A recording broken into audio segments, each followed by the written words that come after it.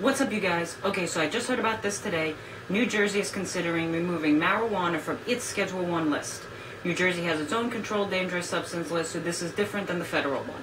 There's going to be 4 informal conferences, as they're calling them, on 2 separate days.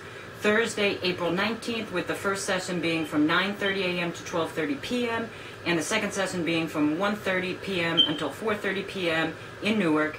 And the second day is going to be April 24th. Again, the first session is going to be 9:30 until 12:30, and the second one is going to be 1:30 until 4:30. If you want your voice to be heard for removing marijuana from New Jersey's Schedule 1 list, there's 2 ways to go about it. 1 is you can talk in person at the meetings, or 2, you can submit your comments in writing. The deadline for signing up to talk or for submitting your comments is April 12th, 2018. I'll have a link down below for all the information that you need for signing up and how to do it. They've given an outline on 8 different topics that you can submit your views on. They are, number 1 is marijuana's actual or relative potential for abuse. So for this one, you can just explain how the vast majority of people do not abuse marijuana. It's an extremely small minority that do, even with widespread use of it. An important point to make is that widespread use does not equate to abuse. Number 2, scientific evidence of marijuana's pharmacological effect if known. This is where you want to give your information about medical marijuana and how helpful it is with chronic pain, nausea, all of that. Number 3, state of current scientific knowledge regarding marijuana. This is different from the evidence about medical marijuana. This would be more like things how marijuana is not in any way, shape, or form physically addictive, how it is impossible to have a lethal overdose.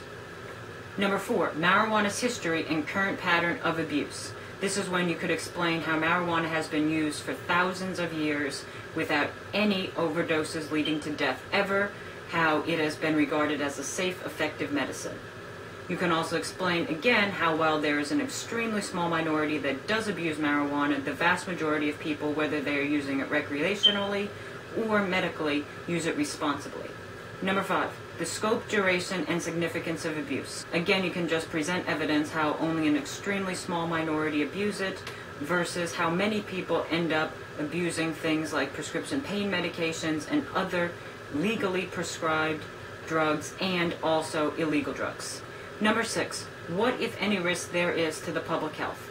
This is a pretty simple one. There is absolutely and totally no risk to the public health. Number 7, marijuana's psychic or physiological dependence liability.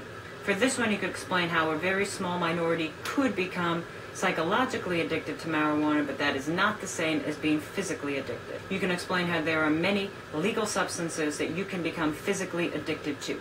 For instance, caffeine, nicotine, alcohol, prescription painkillers, prescription benzodiazepines like Xanax, Valium, prescription amphetamines like Concerta, Ritalin.